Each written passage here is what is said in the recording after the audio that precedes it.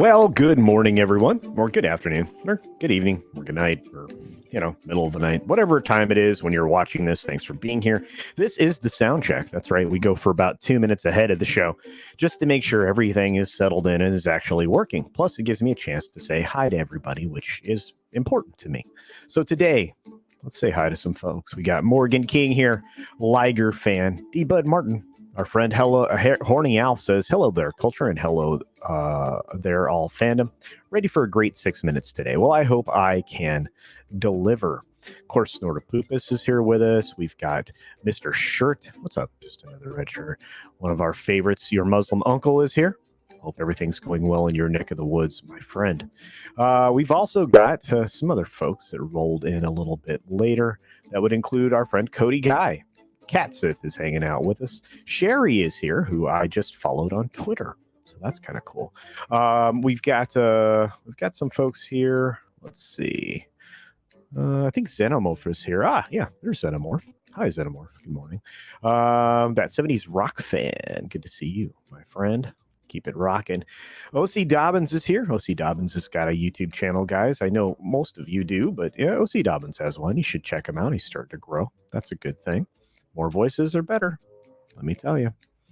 We've got LDG. What's up, Pickles? Pickles is here to help you, one and all. If you ever run into trouble, at least in the technology area, this man will try to help you. And he doesn't really ask for anything. What a nice guy. Master Sidearms is here. What's going on, my friend? Theme Park Casual is here with us, celebrating the good about theme parks. We've got Tina BB here. Good to see you, Tina. We've got One Man Show. Hail to you, my friend. So many others have rolled in here as we attempt to get started. In fact, Parrot Head is here. We've got Raj with the thumbs up, I'm sure. Good to see you. Critizable, Brightest Day, Richie Dupe. We've got Andrew, 46 and 2. And so many others. I wish I could get to you all, but we have to start the show. So one rough girl, thank you. And on we go.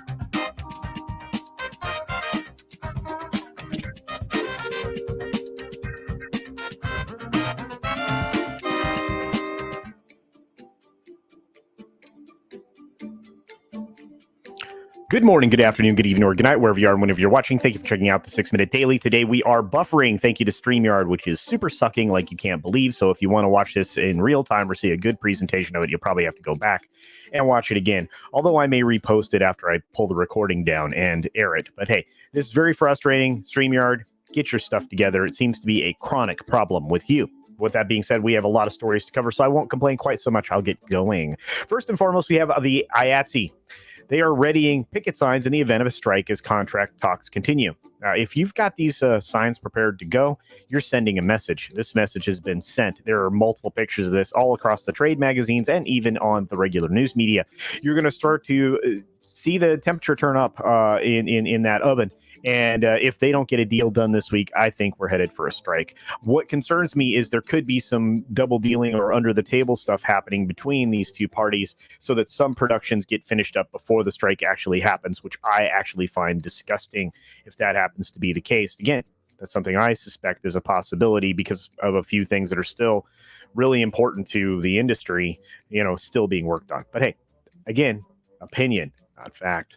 Moving on from there, Golden Globes are moving forward with plans to bestow honors this year. It doesn't matter that they aren't going to be on NBC. They don't care. You're going to see these awards happen no matter what. They have kind of retooled the Hollywood Foreign Press Association. The problem is that a lot of other countries aren't as diverse as the United States. So true diversity in other countries is hard to do unless you're using immigrants into the country as your reporters, which actually won't reflect the culture of the country they're coming from directly. So there's a lot of problems with that. But hey, again, these are still going to happen. They're still going to move forward. From there, you have Ruthie Thompson, an absolute legend, Disney animation legend, and Hollywood trailblazer. She was 111 years old, guys. But Robert Iger, Bob Iger, Uncle Bob, said some very nice things about her. She is a treat. She was amazing. She worked on every single feature-length animated project for the Disney brothers, from Snow White and the Seven Dwarfs all the way through The Rescuers in 1975. So let me tell you, this is a real loss. Not only that, when somebody tries to tell you that there were no important women in Hollywood ever until, the last 10 or 15 years, because that's the only history they want you to know, they're lying to you.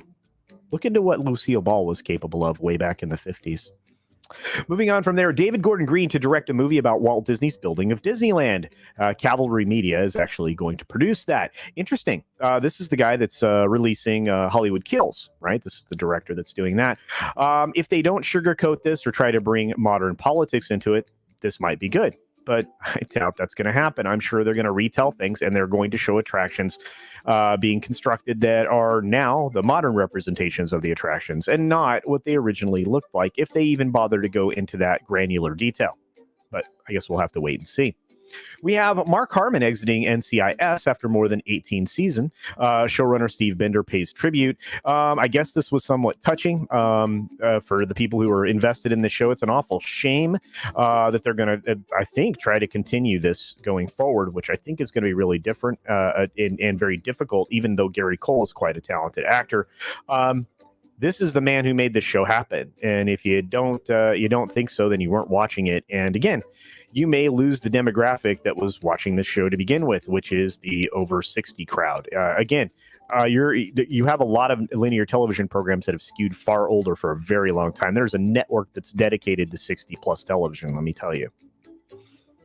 From there, Netflix Ted Sarandos, I always mispronounce his name, defends Dave Chappelle special in a staff memo and says artistic freedom is different for fans for stand-up. Actually, freedom of speech is a real thing, but that's not the only reason that this is going on and why this article came up, because they want to bring attention to the fact that they had people suspended for breaking into a meeting that they weren't invited to. It seems like in any job, when you go in and do something that is counter to the rules, there's punishment associated with that. Stop buying into the additional aspect that they are pointing to and not the actual transgression that occurred. Anyway, Will Poulter joins Marvel's Guardians of the Galaxy in Volume 3 as Adam Warlock. Well, they've been teasing him. I'm sure this will be screwed up, unfortunately. And if it is, it won't be this actor's fault, because by all accounts, he's a pretty good actor. In fact, you probably had seen him in Midsummer. Paramount Plus readies its European launch, and they're ready to unseat, or they would love to unseat, Netflix. That's an interesting statement. It's not going to happen. Paramount, I feel, is in the process of getting ready to fold tents, or at least sell some pieces off. But hey, let's expand our streaming product while we still can. The CW's Legend of the Hidden Temple reboot premieres to just 282,000 viewers for a terrible beginning. And again, it's the CW. Who watches the CW?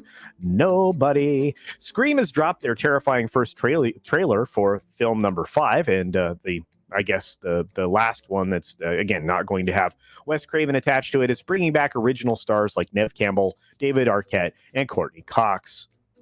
Anyway, we ran out of time, but I'm glad you were all here. Be sure to take care of yourself, take care of others, wash your hands, of course, because it's good hygiene. And until next time, bye. Thanks for visiting today. Be sure you're subscribed and hit that for alerts. Yay! Of course, like and share all of the videos that you can, as it helps with the algorithm. Have a great day. Hello, everybody. Let me say this. We've got Midnight's Edge in the morning. You've got Lorena Creole with a very busy week. You also have to say, hey, good to see you back, Eric K. I hope you're feeling better. And one final shout out to StreamYard for making this one of the least enjoyable streams for me to view, or me to do, and for my audience to view. Thanks again. See ya.